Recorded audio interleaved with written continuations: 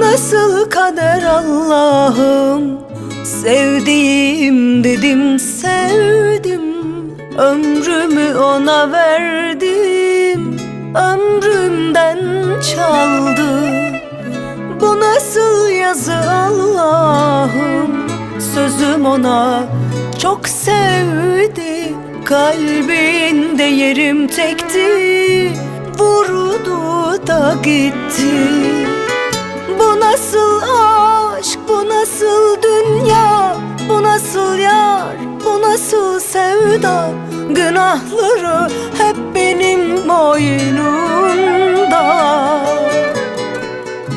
Sebepler, sonuçlar çok boş, bütün cevaplar yanlış. Bu aşkın 4 mevsimi de kış.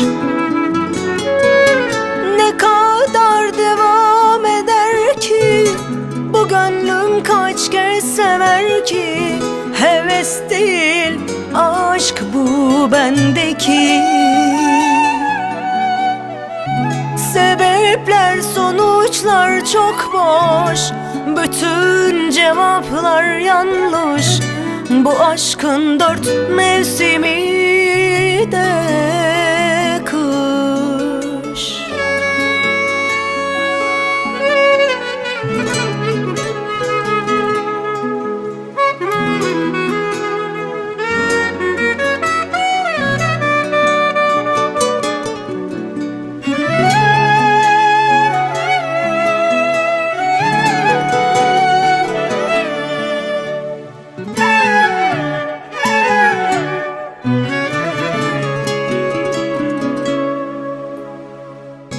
Nasıl günah Allah'ım, kaç kere tövbe ettim, kendime yazık ettim, en başa döndüm.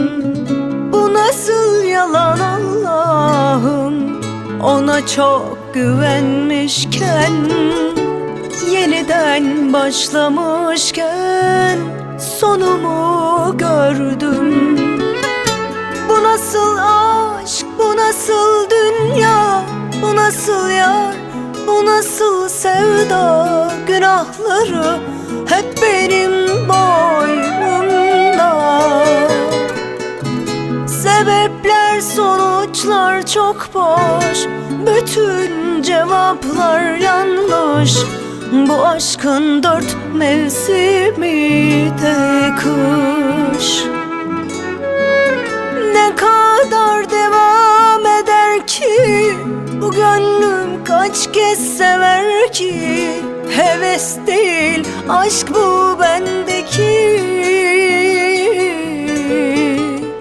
Sebepler, sonuçlar çok boş, bütün cevaplar yanlış. Bu aşkın 4 mevsimi de kış. Ne kadar devam eder ki, bu gönül kaç kez sever ki? Heves değil aşk bu bendeki. Sebepler, sonuçlar çok boş, bütün cevaplar yanlış.